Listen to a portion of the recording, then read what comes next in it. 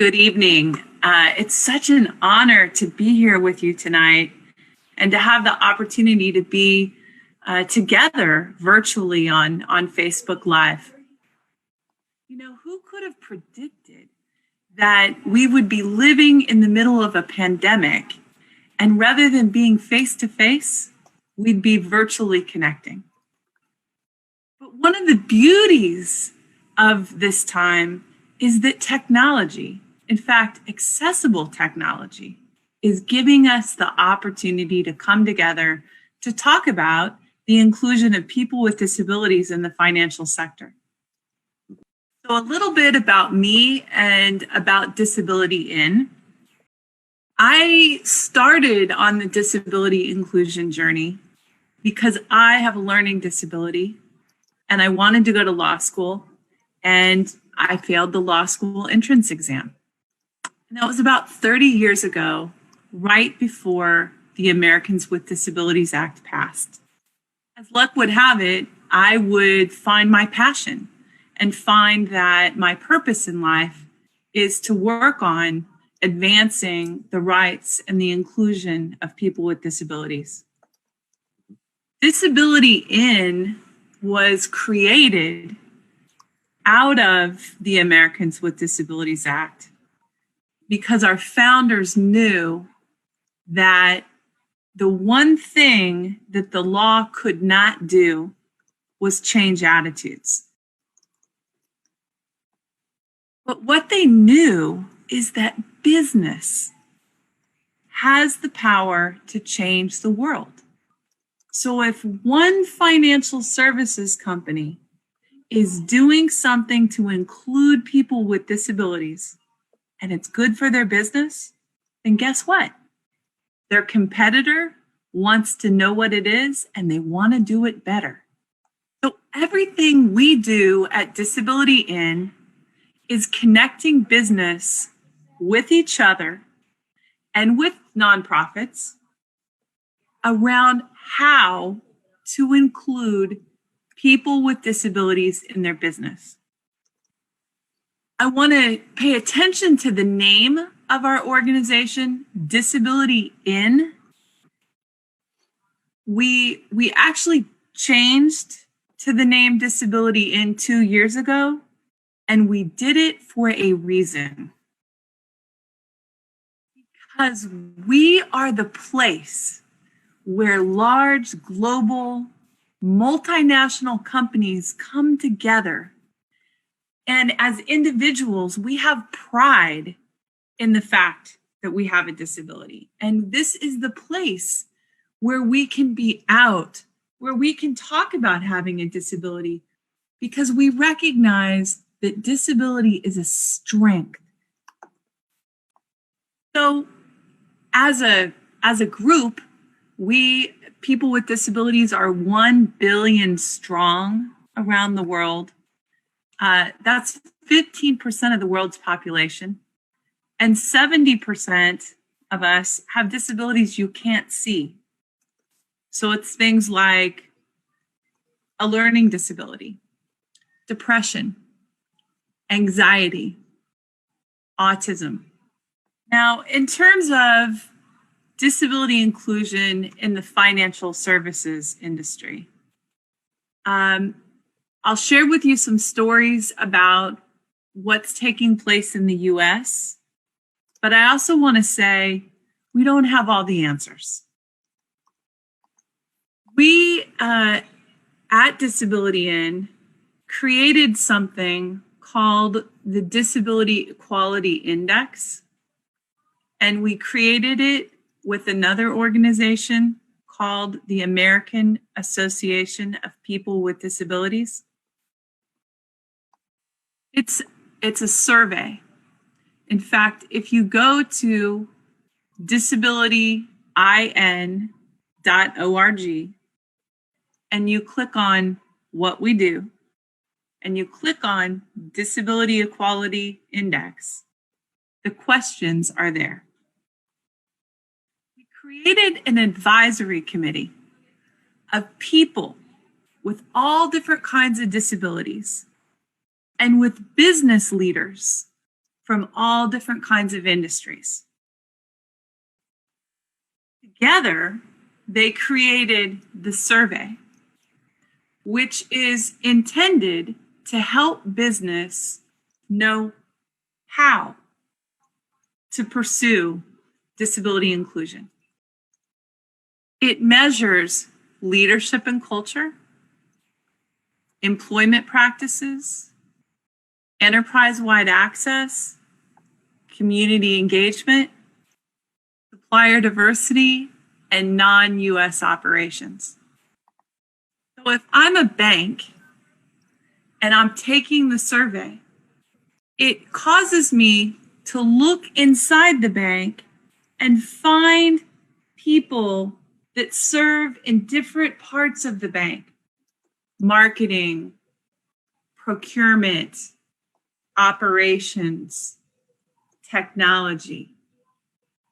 Because disability inclusion lives everywhere. It's not just about getting in the door or physically accessing an ATM. Those are important pieces. But also, it's about the company having a culture that embraces disability.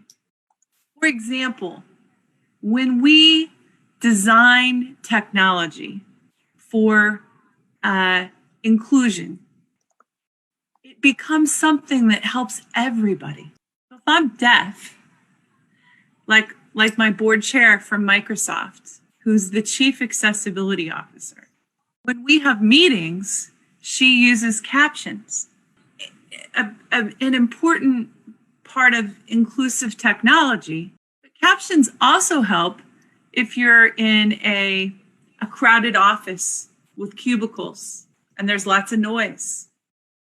So anyone with or without a disability can turn on the captions and use them. It's things like ramping a building, which helps someone like my husband, who has a spinal cord injury, get in the door. But it also helps your customer who's a mother pushing a stroller with her child. So when we design things with everybody in mind, then it helps everybody, not just people with disabilities. So when companies utilize the Disability Equality Index, then there's an opportunity for the company to work together to identify opportunities where they can change policies and practices to be more inclusive of people with disabilities. Now, companies that score 100, a 90, or an 80, we celebrate and we tell the world who they are. But companies that score a 70 or below, we don't tell the world because it's encouraged to help them get better, not beat them up. Now, it's important to call out that even the ones that score 100 are not perfect. They're big and they still have lots of issues to work on. But what it demonstrates is that they're committed to doing better. Now, no matter what the industry is, we're here to talk about the financial industry.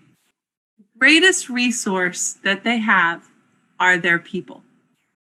So it's their employees, it's their customers, it's their community. And an important component of them becoming inclusive of people with disabilities, it's to work together with people with disabilities. It's like any industry needs to listen to the needs and then respond. If 1 in 5 citizens around the world have a disability, one of our partners from TD Bank said, how can a business afford to ignore 1 in 5 potential customers? Now, it's not easy. I'm not here to tell you that it's easy. It's hard work. But to find leaders within these institutions is really key. Who are open to championing the inclusion of people with disabilities.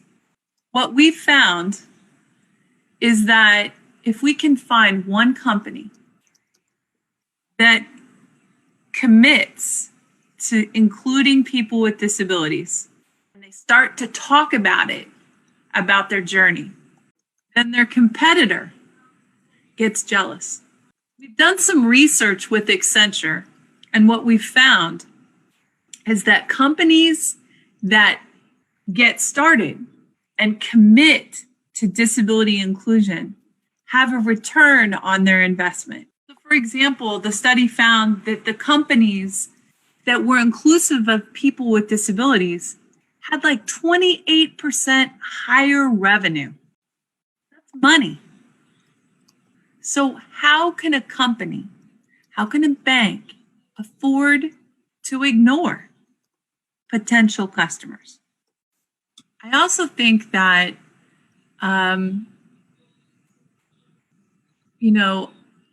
as young people grow up, that the next generation has higher expectations for themselves and has higher expectations for business.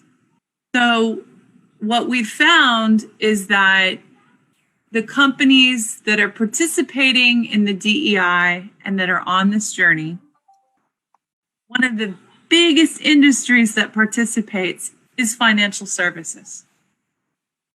They can't afford to ignore people with disabilities. So I could keep talking on and on because I'm really passionate about this topic. But I'd really love to engage in dialogue with you and hear what's on your mind. So I'm going to turn it to Stephanie to, I guess, give our ground rules in terms of how we're going to move forward with Q&A. But I want to say, again, we don't have all the answers in the US. We're on the journey.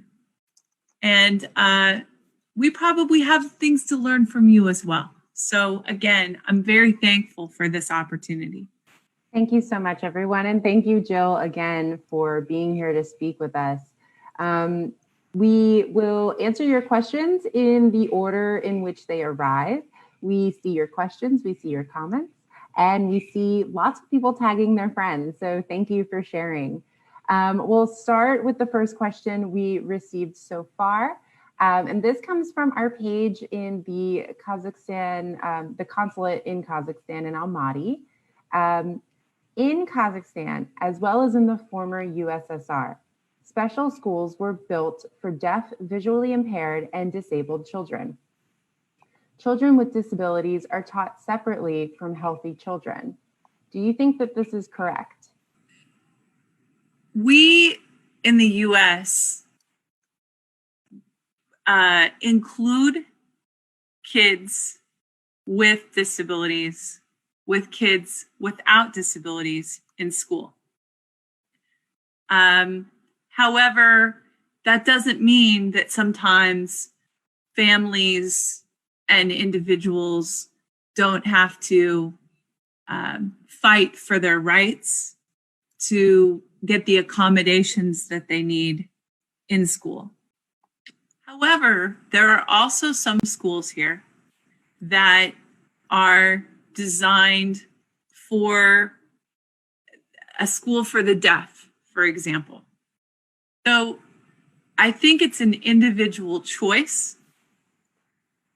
The key is making sure that the student gets equal access to education and the accommodation that they need to succeed. Ultimately, we need all kids, inclusive of kids with disabilities, to get the skills that they need to become our workforce of the future. Thank you so much, Dжилл. The next question, are there any education institutions in the US where a person from CIS countries, from Central Asia, and former Soviet countries can get education or get certified to help people with disabilities, maybe remotely for free, or maybe there are courses in Russian. Do you know of anything, Jill? This really isn't my area of expertise. I'm probably not the best person to answer that question, but I would imagine that we can capture that question and work to find some information. Thank you. And I do encourage people who want to get engaged with advancing the rights of people with disabilities to reach out to the public affairs section and stay following us on social media, because as I said at the beginning of this conversation, this year we're celebrating the 30th year anniversary of the signing of the Americans with Disabilities Act. And so we are very active this year, as we have been in the previous few years, in advancing the rights of people with disability. And I will also just say, to echo what Jill had said earlier, we are also turning our attention to mental health and the importance of recognizing mental health disabilities and mental health awareness for depression, anxiety, bipolar disease. And these are things that we're going to be spending some attention on too in the coming months. Thanks, Duman. The next question that we have: how does the government, the US government, support private centers to help children with autism?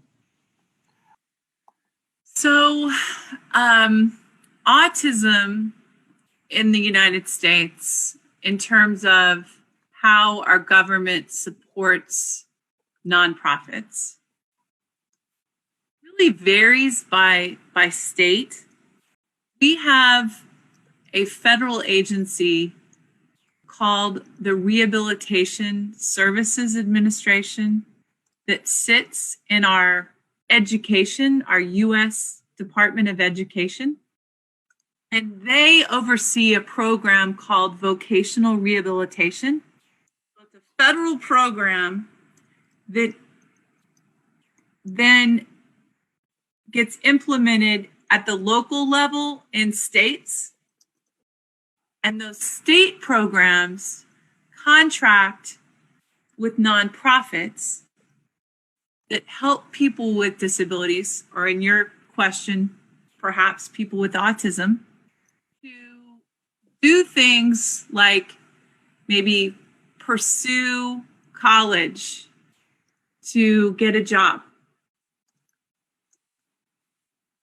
Where it's a little bit complex is each state has defined their definition of disability is different. So in some communities, autism may be included, and in some communities, individuals may fall through the cracks.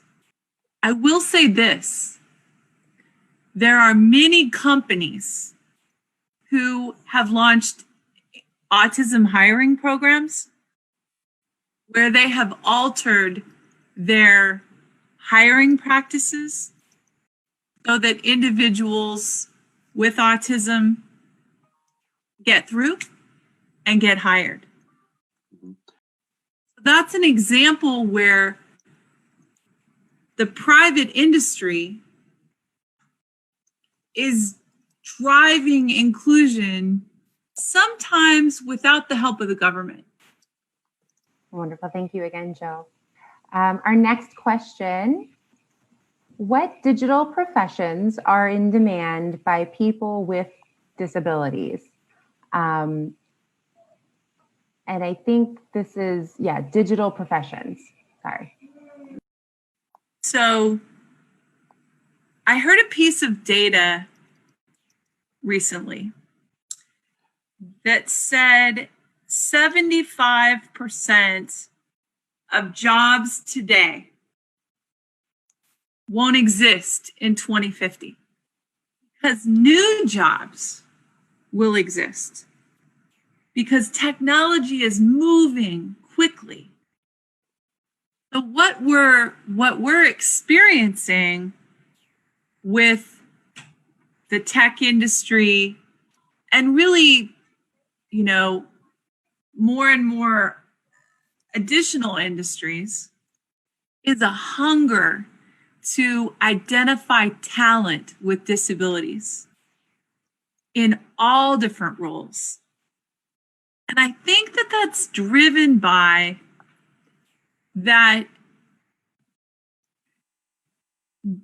hiring people with disabilities into these digital roles drives innovation and problem solving and the development of new products. Because think about your phone and think about when you talk to Siri. That's technology that was created by the blind and helps the blind. But oh, by the way, we all use it now. So specifically the tech industry, and right now everybody wants to be classified as tech, is hungry to include people with disabilities across the board. Wonderful, thank you.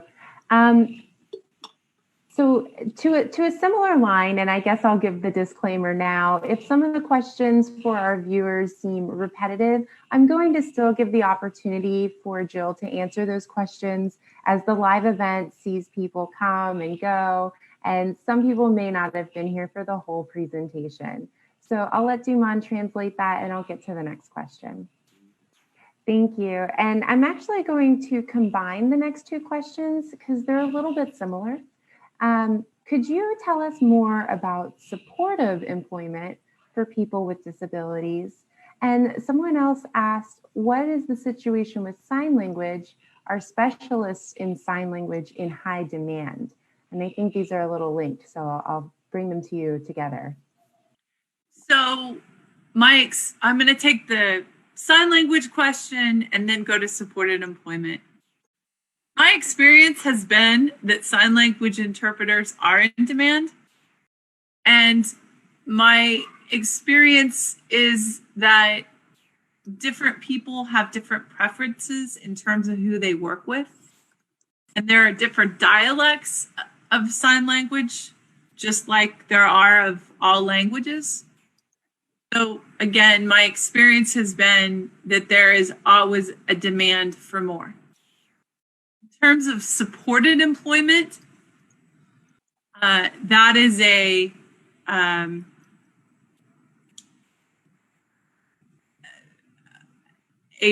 way to assist people with intellectual and developmental disabilities to pursue inclusive, meaningful employment. And in the US, we've made great strides in this area. There are many companies that have really done great work in this area. And truth be told, I think that lots of this work has been driven by passionate parents. Time and time again, we hear stories where a business leader happens to be a parent of a child with a disability. And what do they want? They want their kid to be safe, healthy, and have a good life. So they say, I'm at a company. I have the ability to drive change. And they use their power to say, who better than me? Let's get going. And when we see a company do something like that and talk about it, then time and time again, we see their competitor start to do the same thing. But again, we don't have it all figured out, and it's not perfect here. We have a lot of work to do. Great, thank you, Dжилл. Thank you, Duman. Our next question is, what support do NGOs in the States show to people with hearing disabilities? And I think earlier we talked a little bit about subtitling and captioning. So maybe you have some more examples, Jill. We have some great nonprofits, both national, like we have one called the National Association of the Deaf, or Community Services for the Deaf, just to name a few. So they go by NAD and CSD. They help protect the rights of people who are deaf and have hearing impairments. They help people start businesses. They help people pursue employment. They help people with their accommodations that they need. They help people with pursuing education. And then there are also local, like in community, smaller local nonprofits that work in this space as well. The last thing I'll just flag is at Disability Inn, we have a program called NextGen, where we work with 200 students every year, different, all different kinds of disabilities. Team them with a mentor in business, help them develop their LinkedIn profile and their resume and interview skills, help them with matchmaking with businesses to get internships and jobs.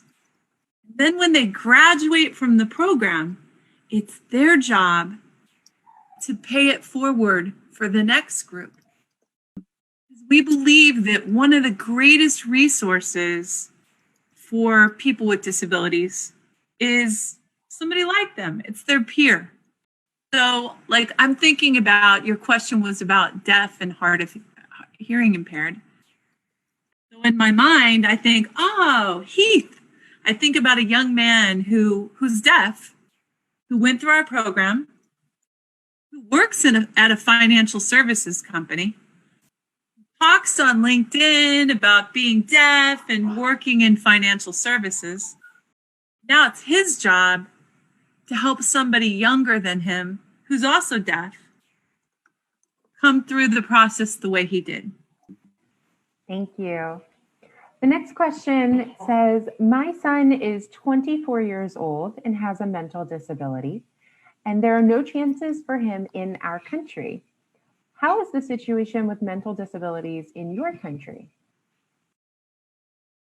So number one, I would say to you, moms and dads move mountains for their kids.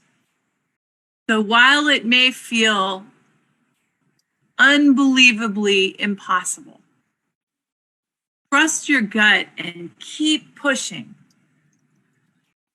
Because here, many of the things that we have are because of people like you who believed in their child and kept fighting. That doesn't mean that everything's perfect here. Doesn't mean that parents don't have to fight with the school to include their child, to provide accommodations that their child needs. Or when they graduate from school here and they go to get services from the vocational rehabilitation program, they may hear from the counselor, no, your child can't work. No, your child's not ready. So the parent has to keep fighting the system and keep pushing for what they believe their child can do. Making sure that their child has what they need to live in the community. Making sure that their child is going to be safe for someday when the parent dies.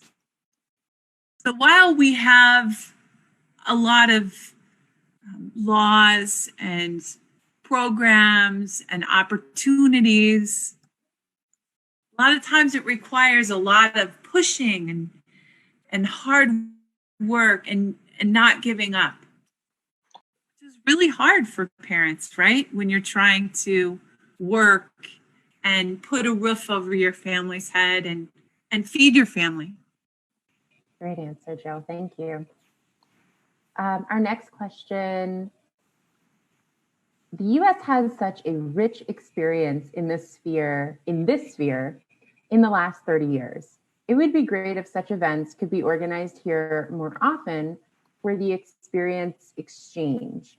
And I feel almost like this is a statement, and I kind of want to step in and say thank you, first of all, for being here, for listening to this. And I wanted to let it be known that the U.S. mission to Kazakhstan has been working to advance the rights of people with disabilities, working side by civil society partners to complete this mission, to advance the rights of people with disabilities. And we will continue to do so. This is a commitment of ours. And so please follow us on social media to find out more about not only our celebration of the 30th anniversary of the signing of the Americans with Disabilities Act, but also for future programming beyond just 2020, where we hope to get people in person to do these events. I'll let Duman translate that, and then I'll hit the next question. And I also want to give Jill the opportunity to respond to that comment. Jill, do you want to talk about how important storytelling is and exchanging the experiences of different countries to overall advancement of the rights of people with disabilities? I think storytelling is so valuable because it creates the opportunity for us to listen and to learn from each other. And it's interesting that in this global pandemic, that technology and all its facets of social media have actually brought us closer together as humans. So while we're separate and somewhat isolated, we also have this vehicle to share stories about the work that we're all doing to advance the rights and the inclusion of people with disabilities, which creates an opportunity for us to learn. Speaking of technology, if you go to our website, disabilityin.org, and on the homepage, you scroll down. Someday we need to put it in another language, right? But there are stories. Stories about young people working in business. Stories about businesses working to make their technology inclusive. Stories about business working to do business with small companies owned by people with disabilities.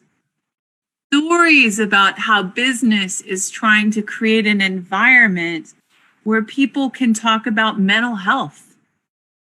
So I invite you to check out those stories, but to also share your stories, because you have stories. And when you put your stories out there, we can all learn. Thanks for sharing that. I couldn't agree more. The next question, how can people with intellectual disabilities get engaged in the labor market? We've talked about the support of parents. We've talked about the need for more accessibility and more acceptability with businesses and employers. But what can people with intellectual disabilities do for themselves to get involved in the labor market and work? As an individual, you have the power to advocate for your rights, and your voice is more important than anybody's voice. It's important to believe in yourself. It's important to speak up for what you want. It's important to not take no for an answer. As an individual, as an advocate for yourself, there's a saying in the US, my grandma used to tell me this all the time. She used to say, the squeaky wheel gets the oil. very important that you squeak and squeak loudly. While it's important to have allies like your parents champion what it is that you want, again, nothing compares to being your own advocate. So use your voice. We look at just, the history of disability rights in the US. We see stories of people from every part of diversity, all different kinds of disabilities, who collectively came together and pushed for their rights. So while we have lots to do, the success that we've experienced so far has been achieved by people with all disabilities advocating for themselves and yet together.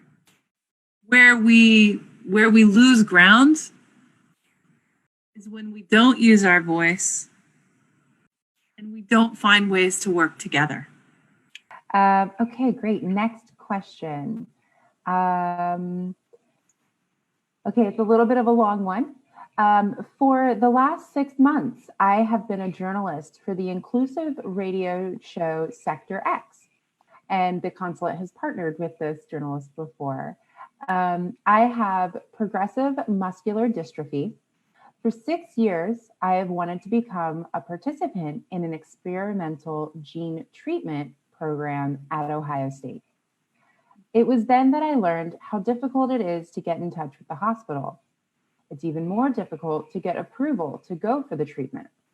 As a journalist who often encounters people with disabilities, among them, there are many who want to receive treatment in the United States. The same for people with poor eyesight.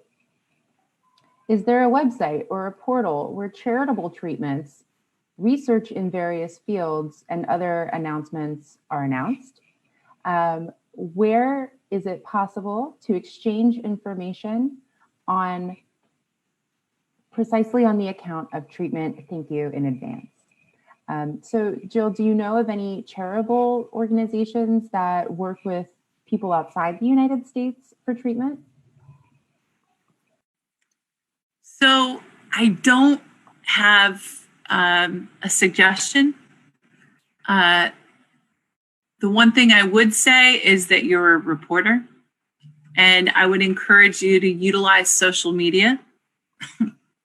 It's amazing that we have these tools, right? Where you can post these questions live and network to try to find answers. I wish I had an answer for you, but it's really out of my area of expertise. But don't give up. Did it again. Thank you so much, Dжилл.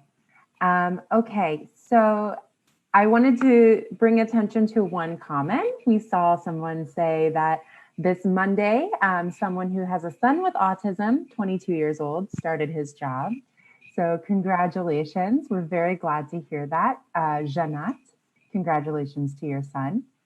And we have one question left, and then we're going to have to wrap it up. I apologize. We love presenting to you. We know interpretation widens our audience, but it also widens the amount of time that we take. So one more question, and then we'll start closing. Our final question: where is the best place to start with financial inclusion for people with disabilities? Is it demanding accessibility to financial institutions? Is it educating the public and doing awareness campaigns? Or is it lobbying the banks to allow for people with disabilities to take out loans to become entrepreneurs and start demonstrating how much they give back to the community and society? It's a great question. Dжилл, where would you recommend they start? So in an effort to answer this question, I have a question that maybe Stephanie, what I heard is that there's an advisory committee, is that correct, for this financial inclusion project? There's a civil society organization that is pushing this. And from my understanding, the organization is an advisory group looking to change legislation in Kazakhstan, including an agency for financial regulation. It includes second-tier banks and representatives from disability organizations. If I understand correctly, it sounds like there's a lot of stakeholders that are coming together to work on financial inclusion, which is going to involve compromise and creates an opportunity for the stakeholders to determine where to place the focus. Compromise can sometimes be hard. That compromise can sometimes be hard because we want everything. Sometimes we have to get our foot in the door and find a way that we can all agree on a place to start.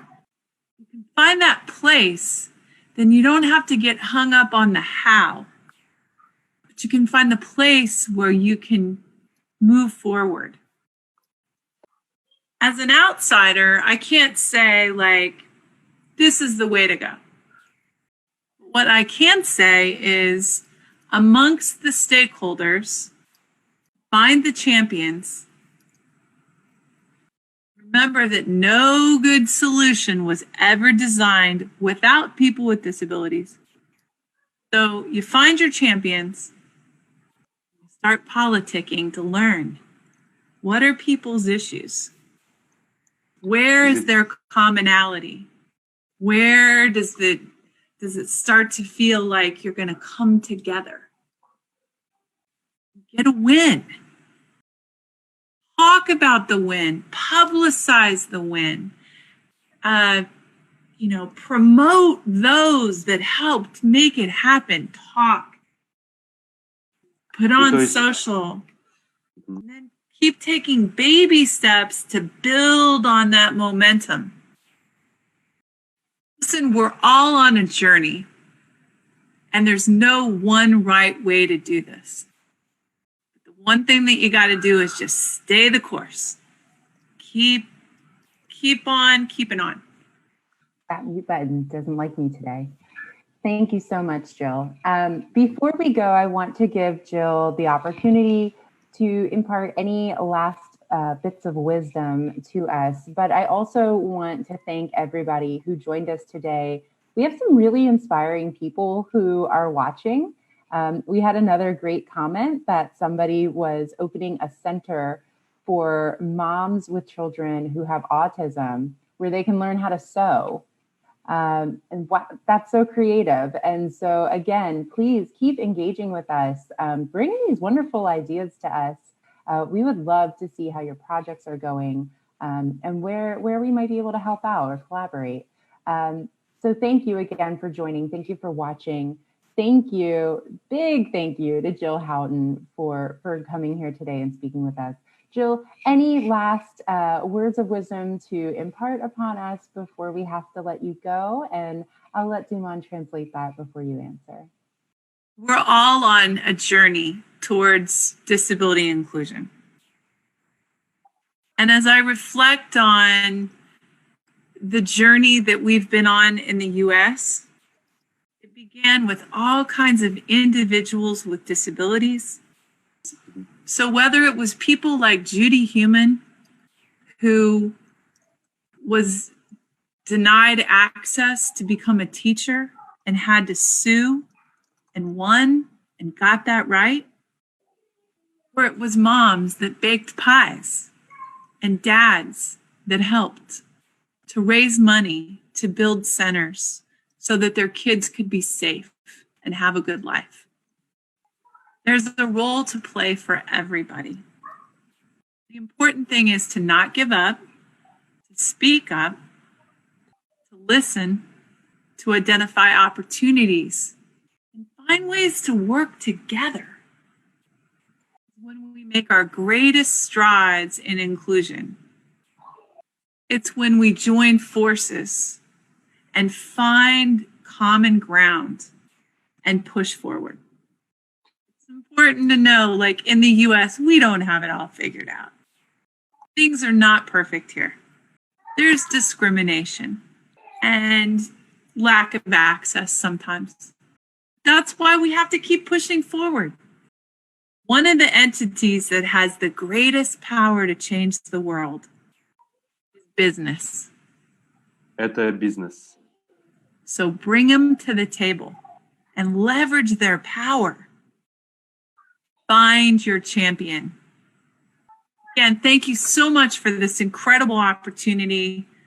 I'm grateful to have this opportunity to be with you, and grateful for the work that you're all leading. Thank you. Thank you, everyone. Thank you, everyone who joined, and thank you, Jill. And we could not have done this without the support of the Bureau of Educational and Cultural Affairs Speaker's Office programs. So thank you again to the Department of State and your support for Mission Kazakhstan and helping us bring Jill here.